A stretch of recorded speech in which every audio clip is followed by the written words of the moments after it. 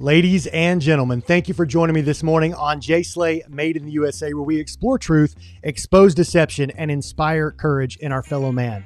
Guys, if you have not yet followed me on Rumble on my Warrior Mind, Body, and Soul channel, I'm going to be posting this video there as well, and I hope you'll come over there and follow that channel, because that's where I'm going to have a focus on men, masculinity, and fighting for really our boys, our young men, and getting them back to who they're meant to be, back to who their heart is. So follow me on Warrior MBS on Rumble. With that being said, guys, I'm so excited about our guest today. Ryan Michler is the founder of Order of Man. He's the founder of the Order of Man podcast, the Iron Council, which is their tribe of men that are going together toward greatness and toward refining their hearts. And also, he has a best-selling book, the Masculinity Manifesto, which I just finished this morning. Fantastic book.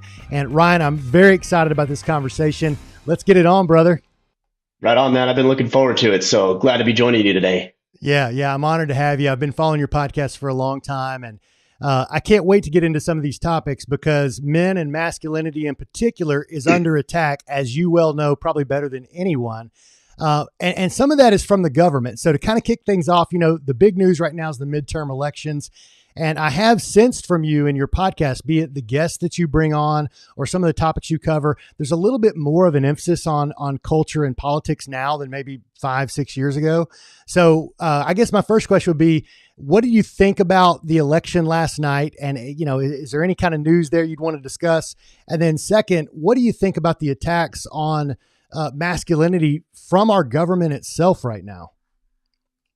Yeah, I mean, regarding the midterms, I think that everybody is surprised. The polls kind of showed that there might be this red wave coming in. And I think the phrase that's being tossed around this morning is the red mirage, where it just didn't pan out the way that a lot of people, including professional pollsters, thought it would. I'm not sure why that's the case, but it's disheartening. It's unsettling, frankly, to know that we're in such a dire position within the country. And yet we keep electing the same officials who are responsible for getting us into these positions, specifically with regards to COVID lockdowns and measurements.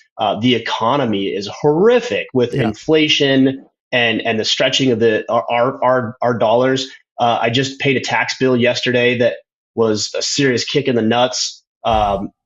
It's infuriating. And then we just keep Pennsylvania looks like they're going to elect a man who is literally brain damaged. I don't say that with any ill will towards the man himself. I don't agree with his policy, but I'm certainly not making light of his situation. But he is brain damaged.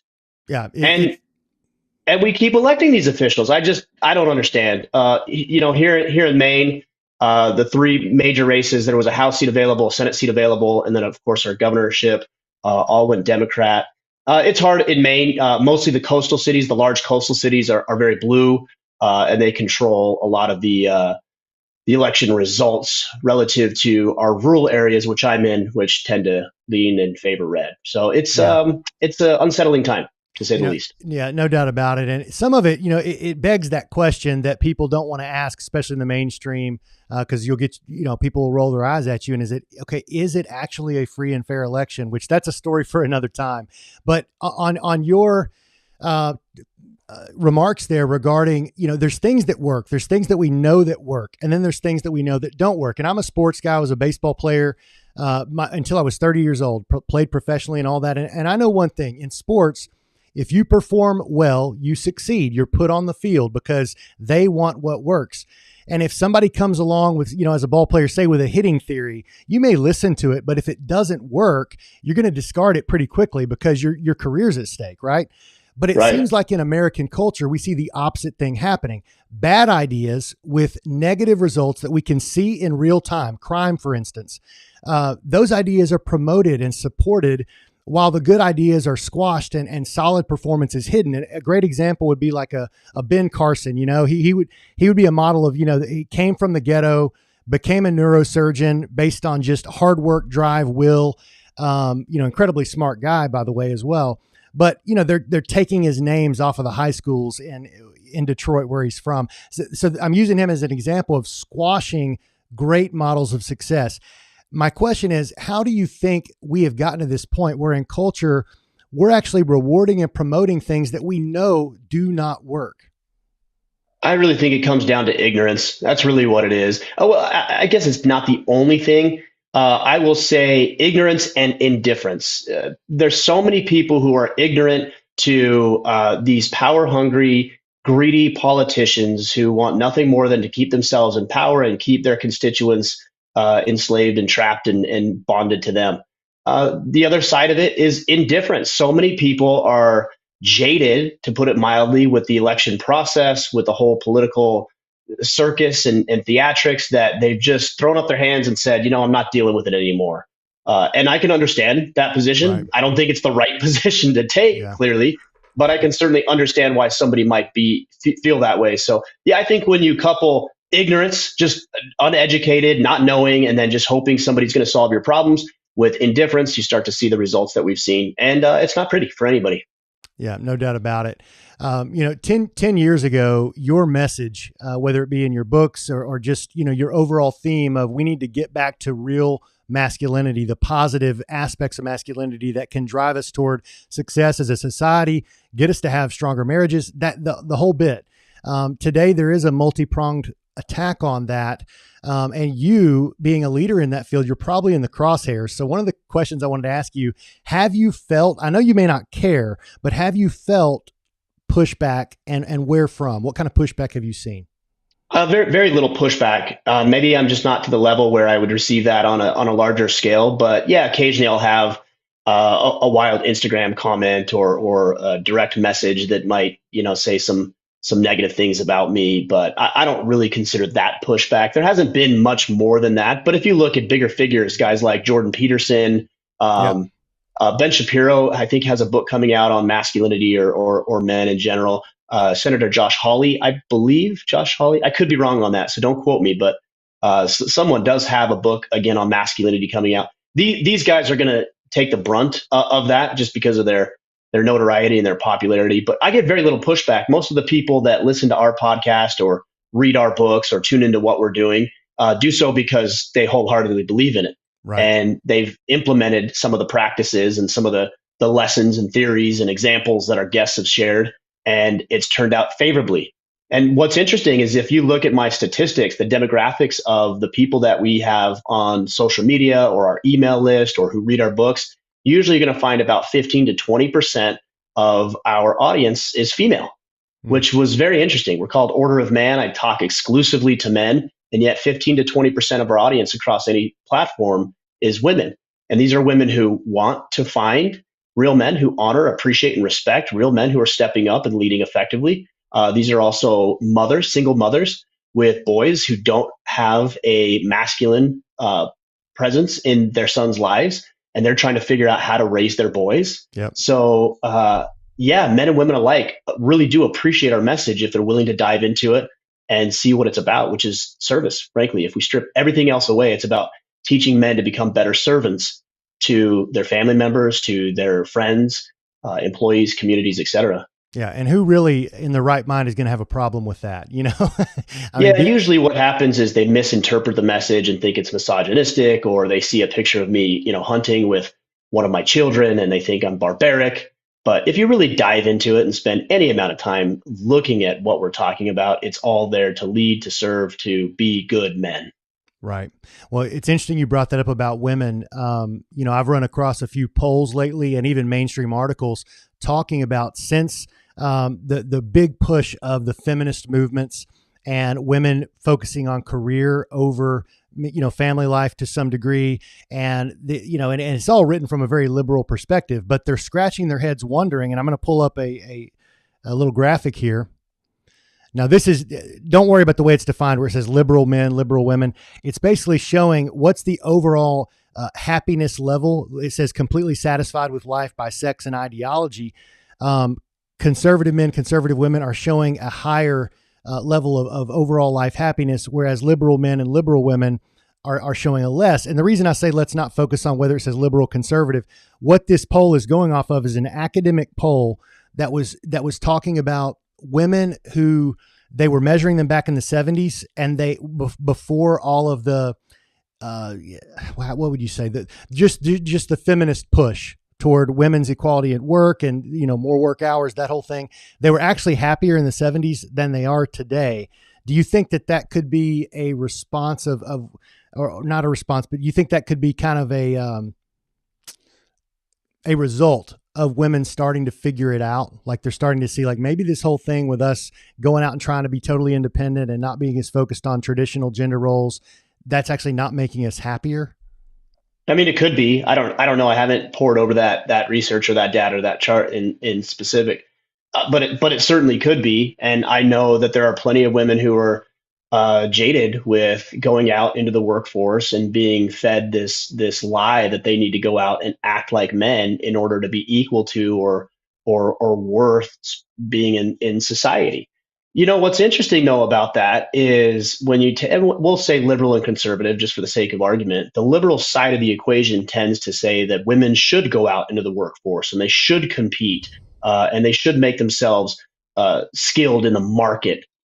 Which, okay, that's fine. But the issue that I take is that this liberal side of the equation will really mock and ridicule and undermine and belittle a woman who decides consciously that she's going to stay at home and she's going to be a housewife and a homemaker.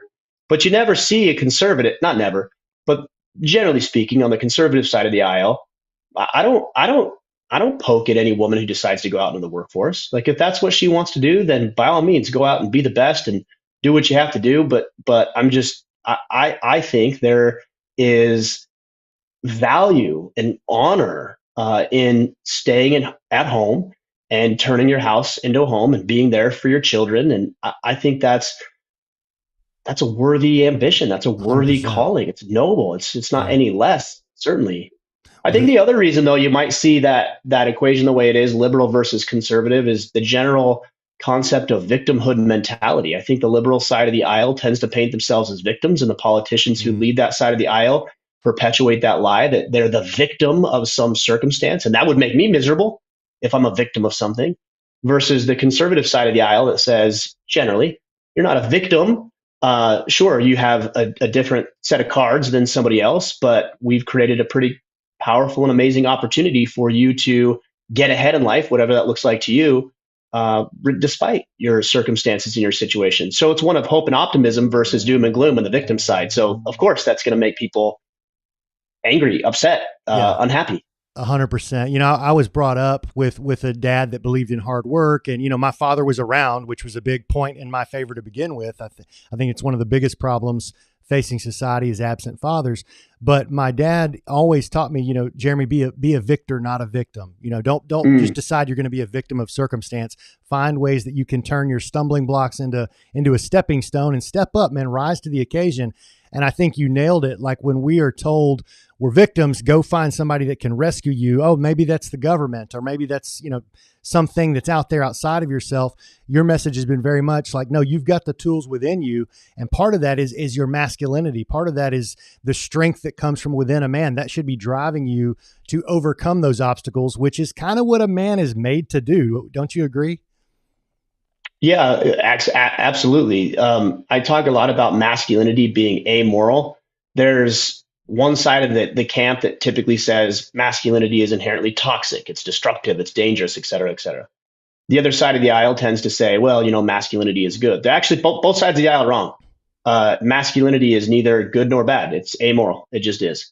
Because if you actually look at what the definition of masculinity is, it's a set of characteristics, behaviors, traits that are developed and created through our biological makeup. That's all masculinity is. And so we can use the propensity for violence, for example, to really do some horrific things to people. And many people have. But you can also use your propensity for violence to righteously defend what is yours.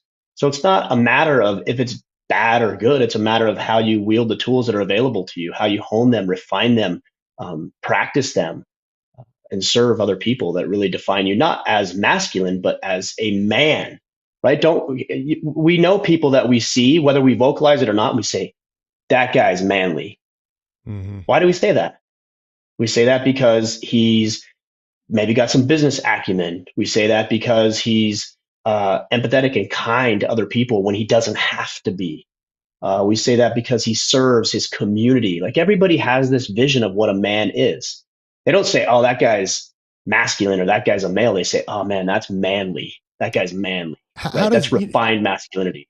one thing I totally agree. One thing I think of as well, though, when you're saying, man, that's a man, something that I don't even have to verbalize it. I just feel it when I'm around a man that owns themselves. They're very confident in who they are. It doesn't come out necessarily or at all in a boastful way. I mean, not the locker room type of, cockiness, but more just like this self-owning confidence.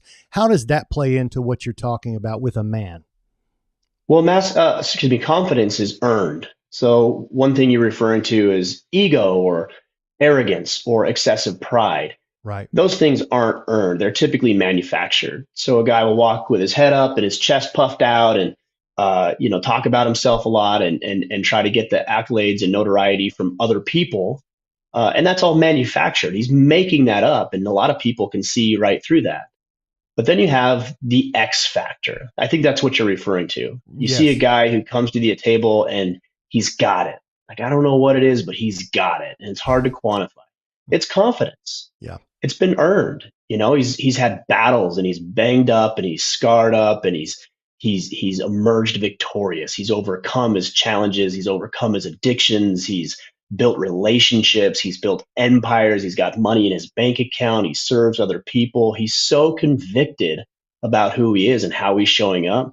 When you have skeletons in the closet, people can see that. They may not know what the skeletons are, but they can see it because there's little cracks, there's little chinks in the armor. Yeah. But when you don't have any skeletons in the closet because you have owned everything, including the negative side of the way that we show up at times, man, that's a guy who's going to be confident and everybody's going to be drawn to that kind of individual. One of those cracks in the armor. I was addicted to several things there for a few dark years after my baseball years. And we all have our excuses for why we find ourselves in those places. But I just got into a dark place. And during that time, I was so self-focused. I was always thinking, okay, how can I present this version of myself so nobody sees that addiction that's hanging in the background and drawing me down? And I think that leads into that ego and that manufactured arrogance that you're talking about. And a lot of people at that time really didn't enjoy being around me because I was always trying to prove myself, even though I didn't have to. Do you see that a lot with the men that you're around? Well, you say I was trying to prove myself, and the way that you said it made it sound like you were trying to prove yourself to other people. Yes. And we tend to do that when we don't feel good about who we are. Right. So we look in the mirror and we know about intimately familiar with all of our inadequacies and deficiencies. And rather than deal with them, we present ourselves in a way where we hopefully can trick and fool and manipulate other people into believing that we're better than we actually are. And then that external validation, we crave that because we can't internally validate ourselves. So in order to fill that void, I need the praise. I need the accolades. I need the notoriety. I need the clicks. I need the likes. I need the sales. I need all of that because that's validating me in spite of my deficiencies. The problem with that is external validation goes away. People leave, people die, people go through divorces, you lose your job. Like all the ways that we define ourselves externally goes away. What never goes away is you and the man staring back in the mirror at you. Mm-hmm. You always have to sit with that individual. So if we can learn to internally validate ourselves through our efforts, so what we do is we identify our deficiencies and inadequacies, and then we work to shore them up. And then I don't need your validation, Jeremy. It doesn't matter to me if you have me on your podcast or not. It doesn't matter to me if you buy my book. It doesn't matter to me if you say great and wonderful things about me or horrific things, horrible things about me. Yeah. It doesn't matter because I can look at the guy in the mirror and feel pretty confident. Not that I have it all figured out, but that I'm working on it. And that internal validation is way more potent. It's way more powerful than anything you, Jeremy, could ever give to me. Yeah, I 100% see that. Tell us a little bit about your journey, Ryan, because you mentioned in the book that you lost 50 pounds. I know that you moved to Maine. You haven't always lived there. There was some big life changes. And I'm assuming that occurred along with your growth as a man and stepping into this mission that you have now. Do you mind sharing a little bit about your journey of even the confidence you gained from the initial podcasting days and leaving your financial planning job to today, the whole bit? Yeah. Yeah. I mean, that was a big change. In 2015, I launched this podcast that I have now and movement called Order of Man. And at the time, I was running a financial planning practice and doing moderately well. I wasn't knocking it out of the park necessarily, but I wasn't broke either. We were doing decent. And I got really tired of having the same long drawn out conversation about money. And I always felt compelled to do something more meaningful, more significant. Not that that wasn't, but it just wasn't calling to me the way that I felt like something should. And I was doing a podcast with my financial planning practice at the time and realized I love the medium of podcasting. I like being behind this microphone. I like sharing a message that helps people, but I didn't want to have that conversation. So I launched this podcast, Order of Man, really with the goal of having conversations with powerful men, guys like yourself. They've had success in different endeavors, whether it's their athletic career or their other career pursuits, or as scholars, as authors, as warriors. And I thought, man, if I can just have conversations with these guys, then I can improve myself. So it was very selfish, very selfishly driven. And I'm blown away. I still think about it. We had success almost immediately. And I don't think it was a testament to anything I was doing. I think it was a testament to the fact that people wanted this. They wanted to hear, men specifically, wanted a resource, wanted an avenue, wanted a place where they could learn how to be better men, how they could serve their families and their communities and their businesses and friends and all of that. And we happened to be in the right place at the right time. And I'll tell you what, regarding the path that you had said, I'm still on the path. And I find myself taking 2 or 3 steps forward and I'm feeling really good about things. And then I get kicked in the nuts and, I take a step backwards or, fall off the ledge and got to pull myself back up on the path and get going again. So it's not linear. I wish it was in a lot of ways. That would be easier.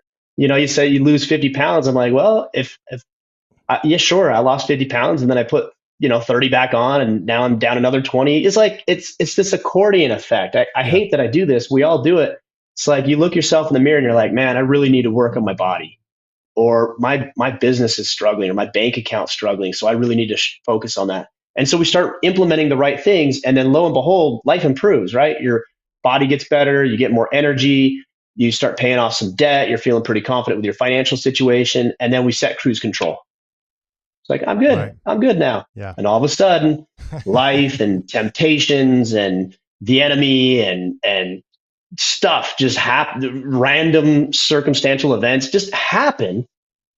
And we find ourselves in the same dang pit that we were 3-4 years ago. It's like, what am I doing? Why can't I stay on this path? So for me, the podcast has been powerful, not only because I know how good we're doing and how much we're serving other people, but it's a constant reminder for me personally, what I need to be doing on an hour by hour basis to ensure that I don't continue to slip like I have in the past. Sure. I know the feeling of learning from your own guests that you're bringing on. It's a constant education. When I mentioned your path, and I totally get that we're all still on the journey, we've never arrived. For me, there were a few key things, and maybe this isn't your story at all. I just figured, hey, 50 pounds, that's a pretty serious, change. For me, I had some serious addictions that I had to get honest about and kick to the curb.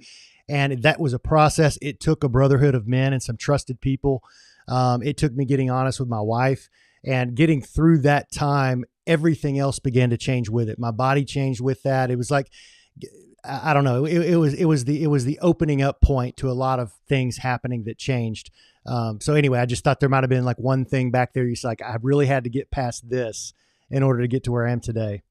I mean, I years and years ago, I had a separation with my wife, and that was very challenging. That was a big struggle for me, and realized, man, I was not in the right place, not doing the right things. So that was a big catalyst for change for me. For me, it's not usually anything catastrophic. It's usually just a gradual decline, and I wake up one day and I'm like, what? How come my pants don't fit anymore? Yeah.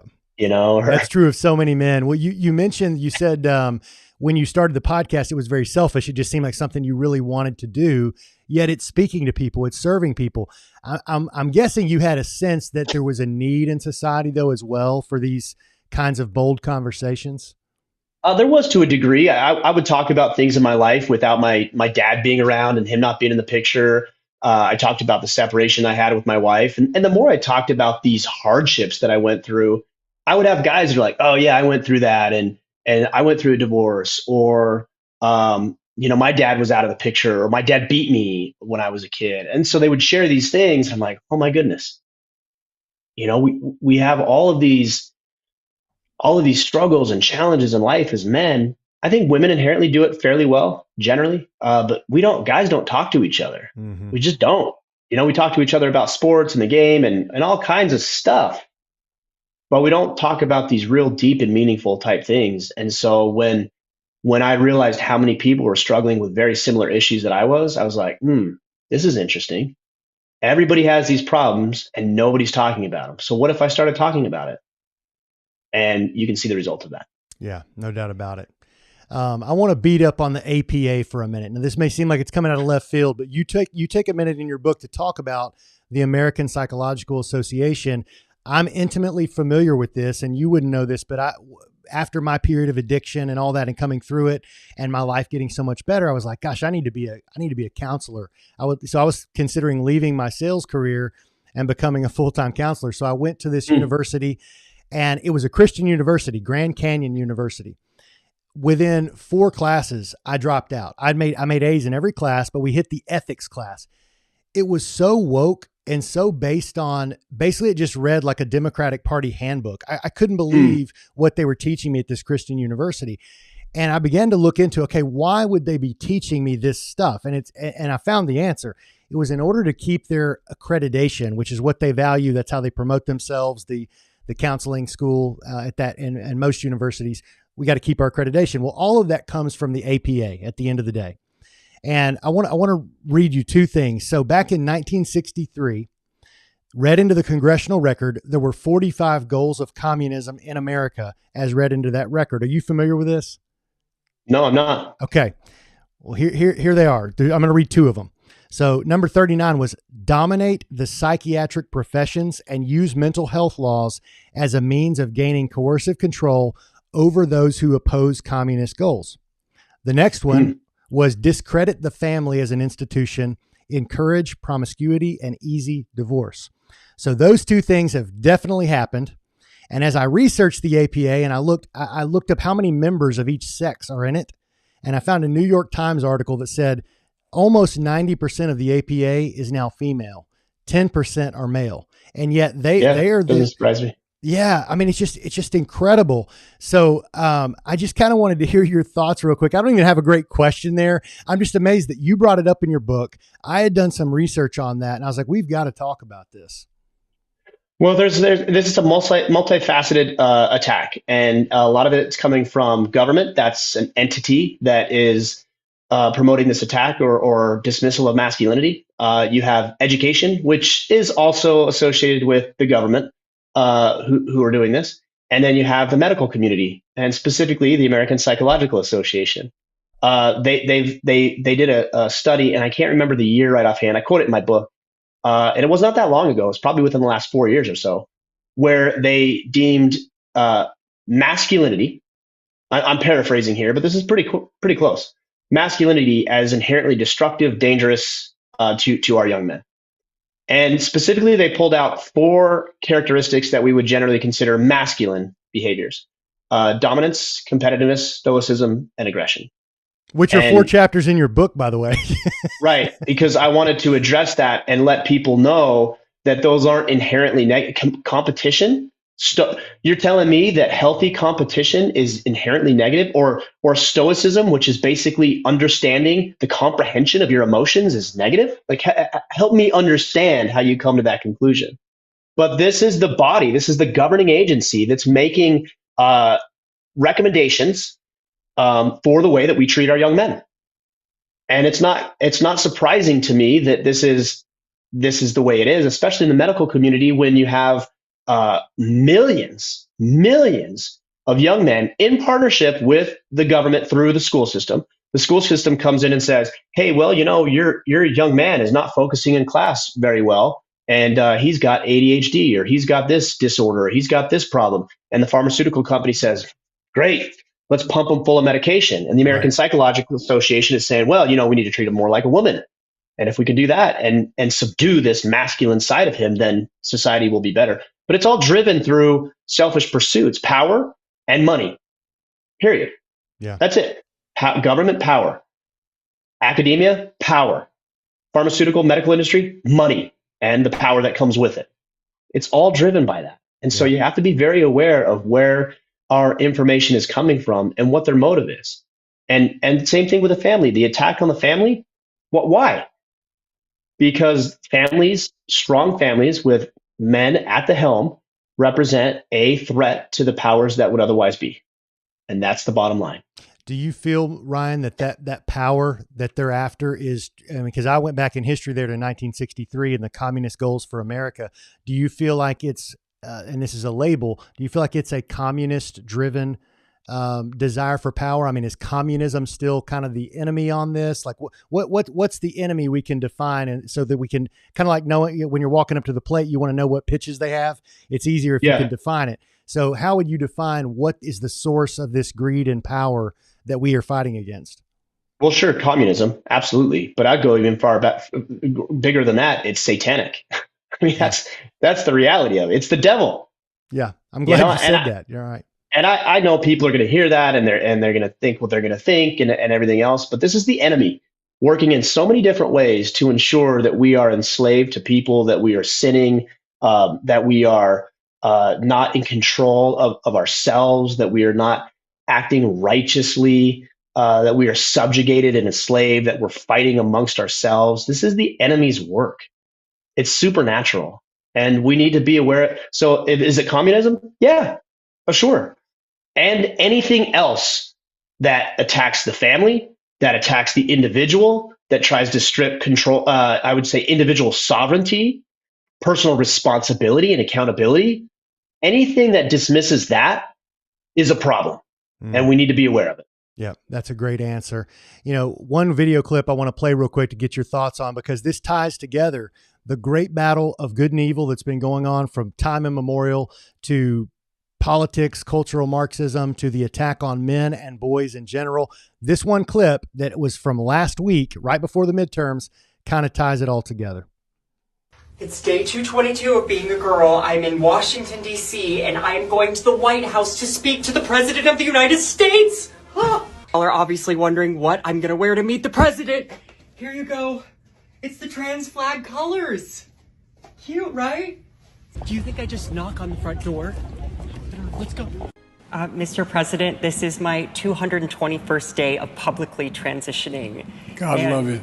Thank you. I am extremely privileged to live in a state that allows me access to the resources I need, and that decision is just between me and my doctors. Do you think states should have a right to ban gender-affirming health care? I don't think any state or anybody should have the right to do that. As a moral question and as a legal question. I just think it's wrong. Now, Ryan, I don't even know which question to start with. My problem is not as much with a person who's mentally deranged as it is with the Joe Biden entertaining it in the White House during a time when crime is, at record highs, inflation is at record highs, and that's what we're focusing on. I'm not trying to ask a political question, but I just think, man, it ties together so many things of what you're saying about it's all coming from the source of the enemy. What do you think when you see that clip? I mean, one of the things, obviously there's so much to talk about here, but one of the things that really gets to me on this is this idea of gender affirming.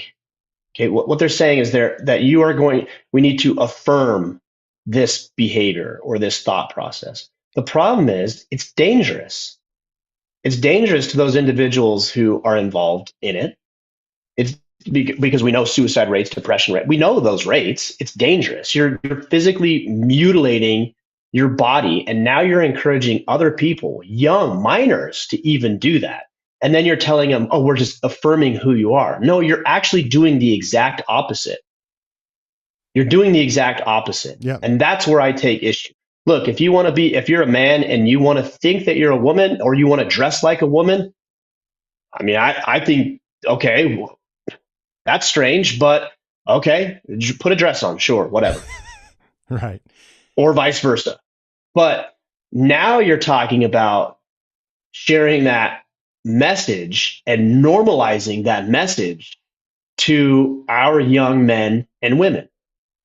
Why is it that so many young women are all of a sudden coming out or celebrating their new gender ideology? Is it because there's some biological thing happening? No, it's because it's cool. 100%. That's it. We had the same thing, you know, when somebody would buy, like the cool guy on campus would buy a new pair of jeans, it's like, oh man, everybody's got to have those jeans now, right? Right. Or somebody got a new car, then all of a sudden it's like, well, I got to have that kind of car, I got to have that kind of phone, or I got to have those kind of nails, or I got to have this hat, or I got to like this sports team. It's the same phenomenon on a much more dangerous, clearly, scale. Yeah, growing up, I never would have thought that the cool thing would have been that. It's unbelievable. Right. And it is. I have people in my family that have participated in this, and it's unfortunate. And I know that most of these individuals are in a very dark place, and they have mental health issues.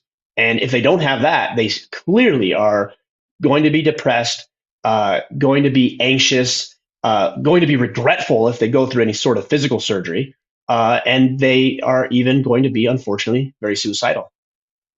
Do you think that Joe Biden believes what he's actually saying, or do you think he's just? No. I mean, of course not. Of course not. What did he say in that clip? Is, oh, God bless you. Joe Biden doesn't care about. Yeah, he's like, that. God love you. God love you. God love you. That's what it was. Yeah, it's like Joe Biden doesn't care. I mean, think about those words. Like he just does not care. But it's important to his constituents, right? Well, I mean, God does love, right? He will love. Yeah. He does still love. Yeah. It's important to his constituents, and so he'll say that, and he'll entertain Dylan Mulvaney, I believe is who that was, and because it'll get him some points. But I don't think that he believes what he's saying, and if he does, why does it change so frequently and so often? 100%. With your own son, how old are your boys? So I have a 14-year-old, almost 12. And then I have a 9-year-old girl, and then I have a 6-year-old boy. Right. Sorry, it's a little tricky sometimes. I got to get those ages I just get confused with I got two boys. One just turned 6. The other one is 3, going to be 4 soon, but I get their ages wrong all the time, and I only have 2. That being said, part of the reason I stepped into this fight, Ryan, is because I know that, my boys are entering into this brave new world that we're going to leave them. And I want to be a part of shaping that, and I don't want to leave just an insane asylum for them and then wonder, well, like, Daddy, why didn't you get involved? Why didn't you do anything back when we were boys and you could have? So I stepped in. With your boys being a little bit older, and I don't know, are they in public school or private, or? We homeschool our kids. Homeschool. Okay. They would be for having our views. We're not going to be maybe lambasted as much because younger kids are just more likely to just say what they feel. But if our boys were to come out and say what we're saying about that, they would immediately be called bigots. It would be tough for them if they were in public schools, with their teachers, depending on who that could be. How would you recommend, or what kind of advice or guidance would you give to your son for holding the views that we hold about this whole thing that's going on? Yeah, I mean, first you have to vocalize it, right? Because if you don't do it, somebody else will. So your narrative, and it is a narrative, it's your worldview. I'm not saying it's unequivocally true.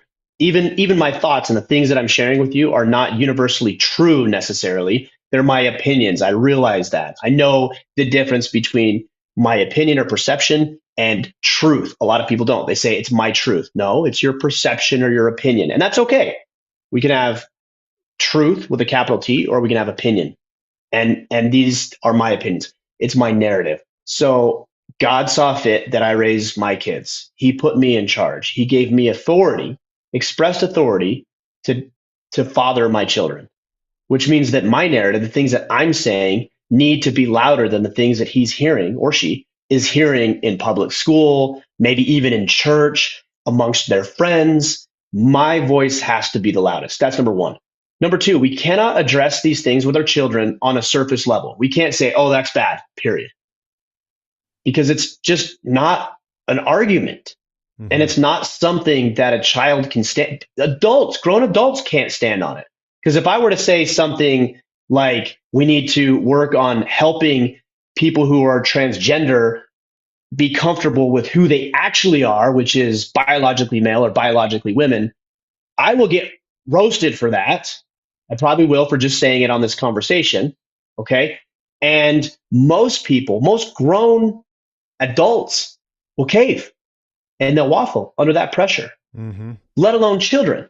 So we have to have deeper conversations about why it's wrong, why it isn't good, what the alternative is, why the alternative is right, what path that leads us to, what path the other way leads us to. And we have to go deep into these conversations about transgenderism, homosexuality, sexual promiscuity, pornography, drug abuse, sex, like all these things that we don't want to talk about with our kids. We need to address at a very deep level, age appropriate, of course. You said you had a 3-4-year-old. Of course. Come on. Yeah. You're not going to get into everything, but at 6 years old, my youngest, my 6-year-old, he asked me where babies come from, right? So, okay, well, here's a conversation about anatomy. Here's a conversation about biology. He's capable of understanding some of those basic concepts. And I realized that it's not the birds and the bees talk. It's a series of conversations that we'll have over the next 12 years for him and longer. So yeah, we need to go really, really deep over a long period of time and be very vigilant in the way that we're talking about these. In fact, I have to have a conversation this afternoon with my son about some things. He's 14 and he's liking the young ladies, and my wife and I have come to the conclusion that there's some things that we've seen that we need to have a conversation with. I don't want to have that conversation. I got a thousand other things I'd rather do than that. Right. And yet God gave me the authority. He said, you're going to father those children. You better do it right, because you're going to stand and be held accountable for it one day. And so, gosh dang, we're going to have that conversation. That's good. Yeah. And I believe the first thing you said is extremely important, which the step one is to just talk about it. And I think even on a broader scale than fathers with their kids talking about things is in our communities as well. I think a lot of people that hold to traditional views, like ourselves, have been too quiet, and therefore the other side screams louder and louder. And you think, well, that's the only voices out there, when it's really not. And to your point about age appropriate, I'll tell you, I was just walking through a Target bookstore in the children's section the other day, or just the book section at Target. And the world is after our kids from like age 0 to 3. I mean, I was seeing books like B is for Binary and When Sally Became Harry, like all for like little kids. And very few boys, by the way, on the covers as heroes. Almost all minority females. Like that's almost all that it was. But the world is after our kids, and it's almost pushing us to have these conversations sooner than we would normally like to. And I don't love that, but I mean, they are just after our kids. I think they want to indoctrinate. It's not even, I think, I mean, we're talking about opinion and truth. That's right. Truth, right? Yeah. It's clear through the public school curriculum, through the books that we see. It's clear that, and it is an indoctrination. And sometimes people will say the same thing about what I'm doing is like, well, aren't you indoctrinating your children? Yes, because it's a doctrine I'm teaching my children. The difference is I have responsibility for my children and I have the authority to do it. That's the difference. You don't. Right. You think you do. I mean, think about all these school districts and these school boards that believe that parents should not be involved in their children's education. These are vile, disgusting people who believe they have authority over my children. They don't. I might lend it to them. right? I might send my kids to public school in hopes that they will teach my children what they need to learn. But gone are the days where we can rest on hoping that these people have our kids' best interest at heart. So you better be vigilant, you better be aware, and you better be involved in these organizations too. You better be involved in PTA. You better be on your school board. You better be running for office. You better be coaching your son's Little League team. You better be vetting your daughter's dance instructors. I'm using, of course, stereotypes there, but you get the point. You better be involved. And by the way, let's take coaching, for example. I'm sure you had some amazing, amazing coaches. You had a great baseball career. I'm sure throughout the time that you were 5, 6 years old, you were playing baseball. You probably had some great coaches along the way. Do you know how many of your teammates didn't have a permanent father figure in their life? Probably a large percentage of them. Yeah, several. Many. And the coach that stepped up when he didn't have to might have been the only father type figure or the dominant male presence in that young boy's life. And so when I'm coaching my kids' teams, and I haven't for a while, that's a commitment that I've made moving into 2023, is to coach more, because I used to do that a lot and I kind of fell by the wayside. We're going to be playing baseball and we're going to be playing football, but we're actually doing life together. And it's not about base running fundamentals. It's not about perfecting your swing. Sure, it is, but that's all a metaphor for how you're going to do life. And it's my responsibility to help educate these kids in life using baseball and football as the medium for it. Yes, 100%. A big question I have, it may be the most important question that I have for you, because I'm wanting to change culture as much as I can. I know you want to as well. It's super important to be focused on our own kids, where God has ordained us as, the parent. But beyond that, how can this message of empowering men and encouraging positive masculine traits become part of the mainstream message again, or can it? Yeah, it can. It can, and it should. It has to. I thought a lot about this question because I get these questions a lot. What can I do? What can I do? What can we do? And it's a great question. It's an important question. Here's what I would say. Give men responsibility. We thrive on responsibility as men. We want it. We're built for it. We want to put the rocks in the pack and carry it up the mountain. That's what we want to do. So when somebody comes to you, or maybe they don't, and you want to help a man, then I would suggest to you, here's the responsibility I would give to you. Start a book club.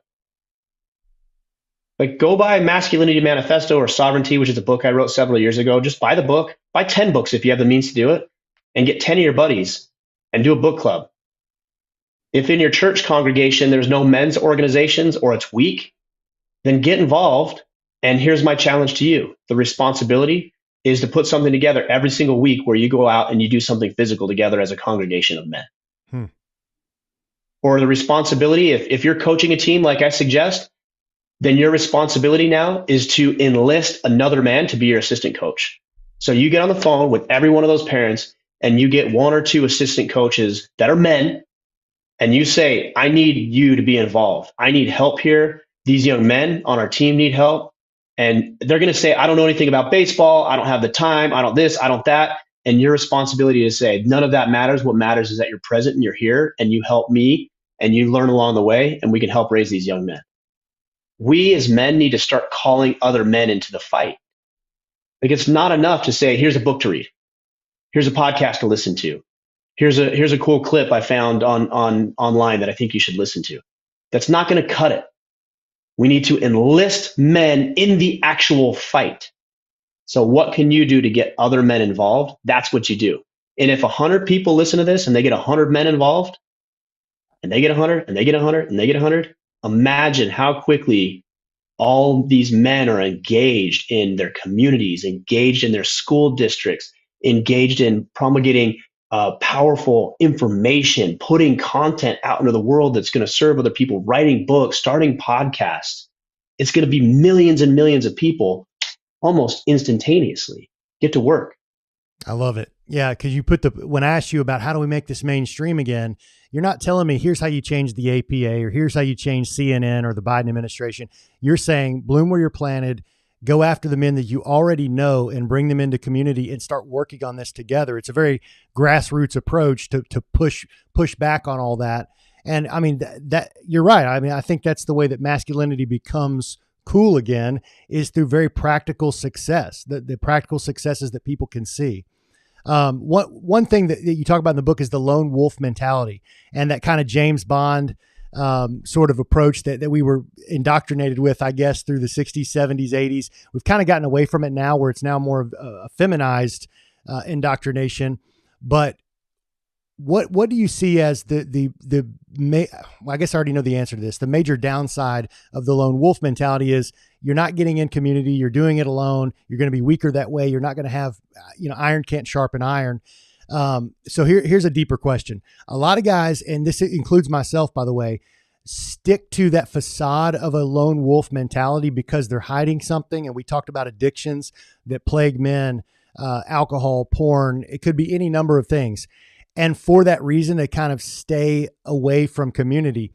Do you feel that those addictions, Ryan, are the root problem themselves, or do you think they're actually the symptom of something that's deeper that's going on in a man? It's a way to sedate ourselves from deeper, more significant issues, usually insecurities like rejection or abandonment, or the feeling like you're an idiot, or that you're a weakling or a coward. It's usually these insecurities, and rather than shore them up, we sedate ourselves with porn, alcohol, drug abuse, whatever our flavor is, so we don't have to think about it. So, but here's what I would say. You're talking about the lone wolf mentality. We don't want to put ourselves out there because it exposes us. But any of these addictions, if that's what we're talking about, there's places you can go. Like there's AA meetings that you can go, and you're going to have 20, 50, 100 other people who don't think less of you because you're an alcoholic. They're like, no, I'm an alcoholic too, so let's work together and do this. The same is probably true of pornography. I think there's a website called Fight the New Drug that teaches that, but it's all built around a community that is working to overcome these challenges and these obstacles and these addictions. Like those communities are there. You just have to go. You have to put yourself there. And you don't have to be intimidated because everybody there is dealing with the same thing you are. It's not like you're the only one who is, and I'm not saying you are, I'm just saying I know what you think you are. It's not that you're the only one there who's not strong enough or too weak to overcome this addiction. Everybody's there for the same reason. Right. So, and look, here's the other thing. If you have the courage to share some of your hardships, and this was the catalyst for growth for Order of Man, if you have the courage to share some of your hardships among your closest confidants, your closest brothers, I promise you, a promise that those individuals are dealing with, have dealt with the same situation or something very similar, and they're hiding it just like you are. But if you, and this is what leaders do, decide to go first and put yourself out there and talk to your brothers about what you're dealing with, you're going to give them permission to do the exact same, which is what they need to be able to talk about it and come up with some solutions together. Right. I bet you see that in Order of Man all the time. And all the time. And I want you for a minute to tell the guys watching about the Iron Council, about Order of Man, and the kind of void that those platforms fill. Excuse me. Yeah, Order of Man is our movement we've been talking about. So I've got a podcast. We've got events that we do. We've got the website, social media profiles, all that stuff. The Iron Council is what I call our exclusive brotherhood. So this goes above and beyond social media.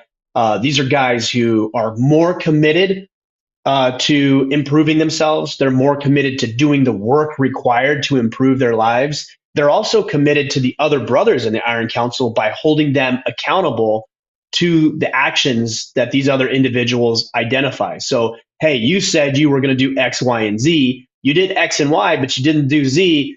Explain yourself. Yeah. So it's powerful. This is the band of brothers, no longer a lone wolf. There's no hiding. Here's what you're going to do. Here's the guys you're going to work with.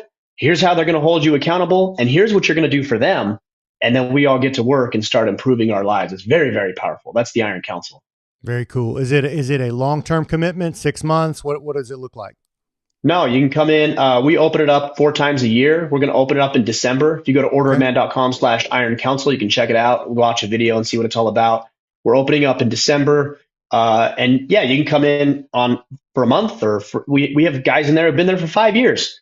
We have other guys who come in for a month or 6 months.